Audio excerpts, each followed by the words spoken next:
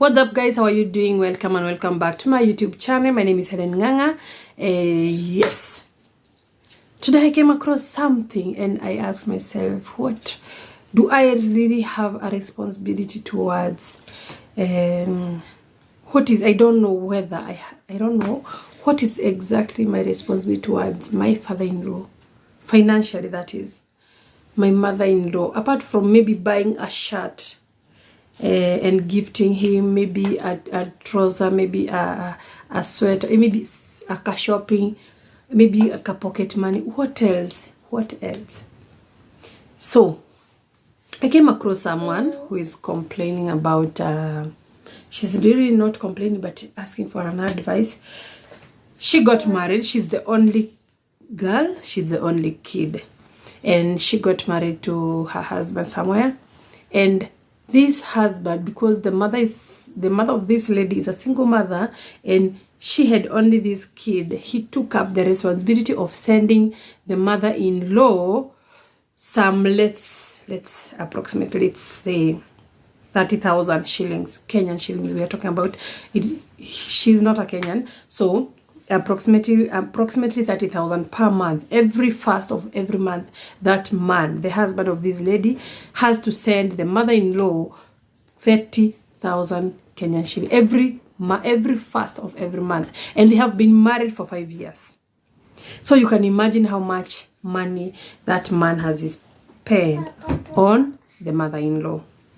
So the other day, according to the situation, the economy situation that we are experiencing, the man was unable to raise the exactly 30,000 because, you know, he has other responsibilities. He has kids, he has the wife is at school, he's paying the school fees for this lady, and so he couldn't make to send the mother-in-law the 30,000 as always. So he sent 20,000 Kenyan shillings to the mother-in-law, and to their surprise, the mother did not call, did not even say thank you, or did not say anything towards that money. Hata hakusema ame receive, hakusema ati oh thank you nimepata. Imagine someone has been sending you 30,000 Kenyan shillings, alafu ameshindwa kulipa kukupea 30, ameanza kukupea 20, na ni juu ya economy vile iko. The mother did not say anything that day. So after some 3-4 days, the mother called the girl, her daughter, and she was complaining that the man did not send the exact money he's supposed to send. This is the mother-in-law, not his mother, the mother-in-law. So anasema anakuja wapi kwa huyu daughter to collect the balance. Imagine that. So I was asking myself, what responsibility do I have towards my mother-in-law or my father-in-law? Imagine your daughter has been married for 5 years. This man has been sending you money, NATO maintenance money, every single month. Hiyo pesa ihesabiwi somewhere. Na huyu naye amezoea, anasema no, I'm coming, nitakuja huko kwa sababu bwanako hakunitumia nini 30,000, instead alituma 20. Nataka hiyo balance ya 10. Na si kazi amefanya, si nini mnauziana, it's just kusaidiwa. And I was like, surely people are lucky, by the way. People are lucky, but they do not know they are lucky. Watu wako lucky na hawajui. And then sometimes we tend to help people paka wanazoea. Inakuwa ni kama it's your obligation to help them. Paka mtu anaona imagine that. So the husband saying this, if your mom comes to my house, I'll send you back to hers with her, mwende na yeye kwenu. Now the lady was like, demo alijam, and she was like, what should I do? Do you know that mother-in-law is very lucky? The last time your husband sent your mom some money ni lini? Ati kama akakwambia wacha tumie mkoro hii ni ya kasukari, ama wacha tutumie mkoro hii ni ya hii. The last time wale watu wenye tumeolewa, the last time bwana zetu walituma pesa kwa our moms ni lini? And you can see this mama amezoea, ametumiwa 30,000 for the last 5 years. 30,000 every single month by date first. Kuna watu wazuri hii dunia. But again, hawezi appreciate. So, the lady is asking for our advice. My advice is surely you guys are very lucky, but again you are very ungrateful. Kwa sababu it's not your husband's responsibility to take care of your mom. No. He's only taking care of your mom because he married you. And to what you have said, you are the only kid. Maybe he thought maybe you amechukua the only kid mwenye mama alikuwa naye, let me just help. But when you get someone who is helping you, learn to appreciate that person. Learn to appreciate that person, because one day, one time, that help it has stopped and you will be stranded. Like this mama, hata hawezi sema amereceive. Hawezi sema amereceive anything. Hata kusema thank you is a problem, because now ameifanya ikue, it's like akona right. It's like she has the right to every single coin yenye ana receive, which is very wrong by the way.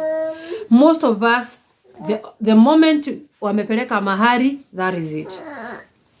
Your mother or your father will never see any other single coin from your spouse. That's very, which is okay, because now you have your own family and you have to stand with your family. Now that one, I very ungrateful. And if this guy decide it's okay, because surely you cannot support someone for the last 5 years and the only time that you are down, hawezi elewa. So that is one. The second one that caught my eyes is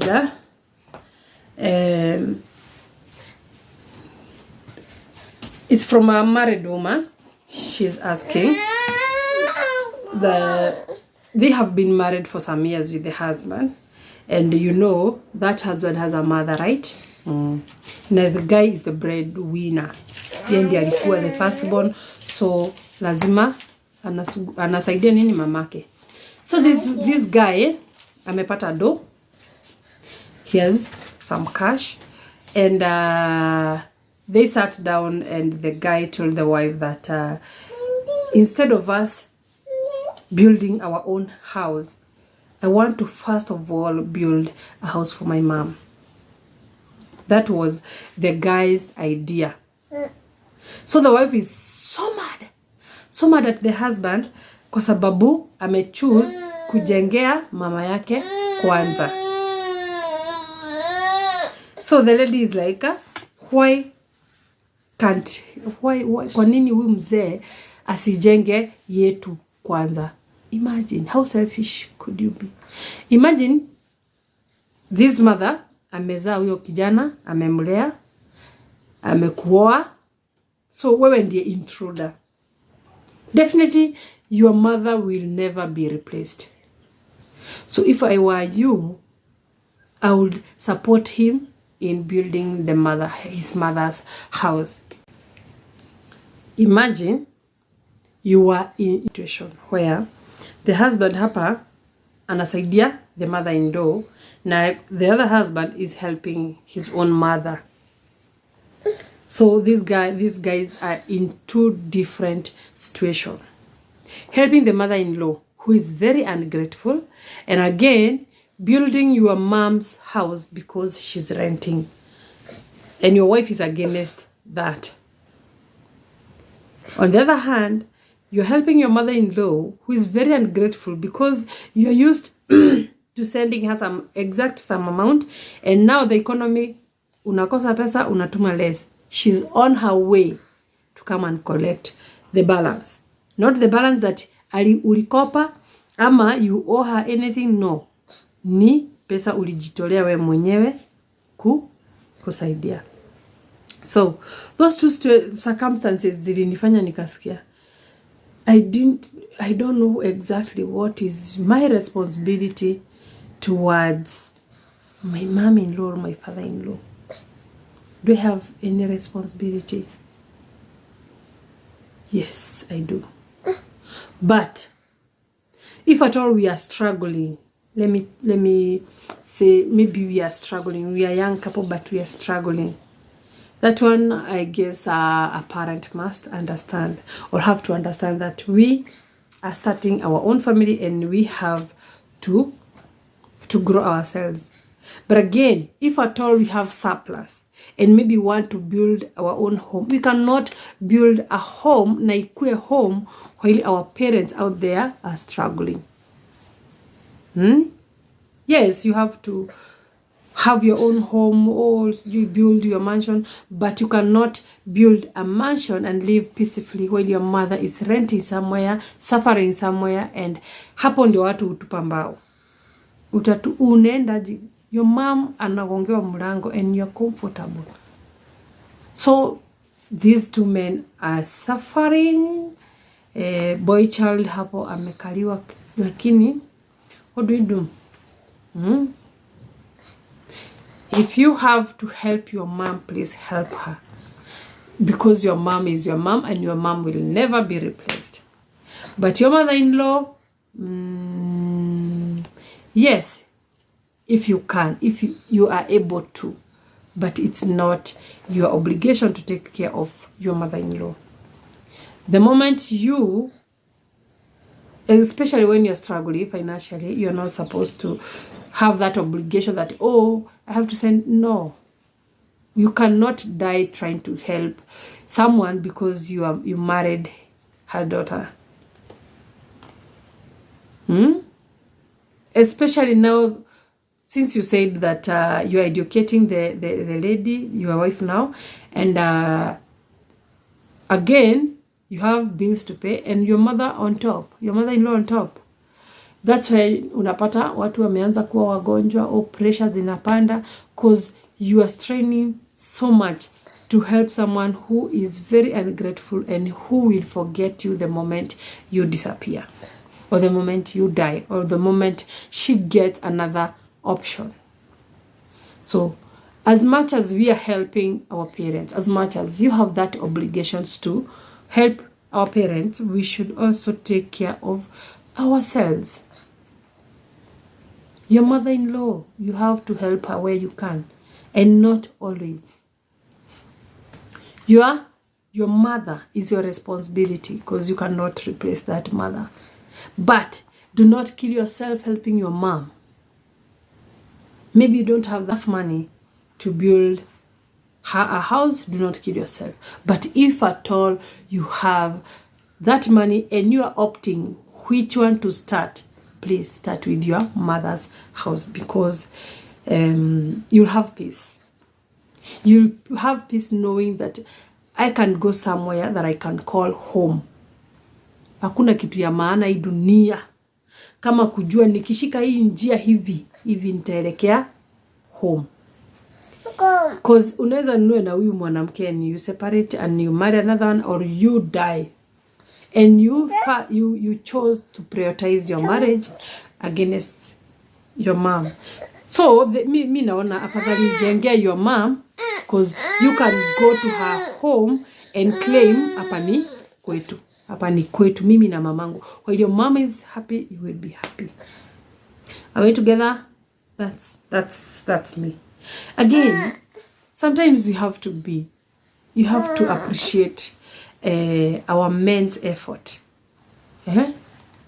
You have to appreciate if at all your husband is helping you in, let's say, paying your school fees.